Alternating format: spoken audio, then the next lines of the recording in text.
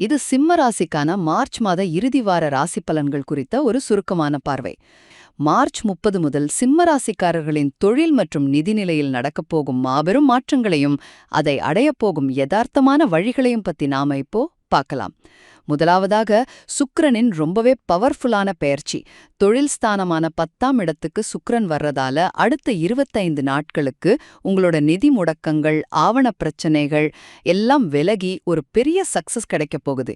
இதை சிம்பிளா சொல்லணும்னா, ரொம்ப நாளா ஓரமா நின்னுட்டு இருந்த ஒரு வண்டிக்கு திடீர்னு ஒரு பவர் பூஸ்டர் கிடைச்சா எப்படி இருக்குமோ அந்த மாதிரி சுக்கிரனோட இந்த மாற்றம் உங்க பிசினஸ் வேகத்தை அதிரடியா மாத்தப் போகுது. இரண்டாவதாக, சூரியன் மற்றும் சனியோட எதிர்பாராத ஒரு பெரிய சப்போர்ட். 9ஆம் இடத்துல ஆளும் கிரகமான சூரியனும் சனியும் சேர்றதால உங்களோட லீடர்ஷிப் அப்புறம் மக்கள் தொடர்பு எல்லாம் ரொம்பவே சிறப்பா இருக்க போகுது. அரசாங்கம் வழியாவும் சர்வதேச அளவிலும் உங்க வேலைக்கு ஒரு நல்ல அங்கீகாரம் கிடைக்கும். சரி, கிரகங்கள் இவ்ளோ சூப்பரா சப்போர்ட் பண்ணதே, நாம எந்த முயற்சியும் பண்ணாம சும்மா வீட்ல உட்கார்ந்திருந்தா வெற்றி தானா தேடி வந்துருமா என்ன? கண்டிப்பா வராது. அதனால இறுதியாக உங்களோட நேரடி செயல்களும் சில பரிகாரங்களும்.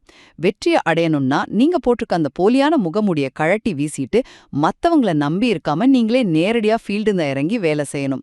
சப்போஸ் கொஞ்சம் மனச்சோர்வு ஏற்பட்டா சூரா ஷம்ஸ் ஓதுறது உங்களுக்கு ஒரு ஆன்மீக பலனை கொடுக்கும். அதே மாதிரி ப்ளூ சஃபயர் கல் அணியறது உங்க தைரியத்தை அதிகமாக்குற ஒரு கேட்டலிஸ்டா செயல்படும்.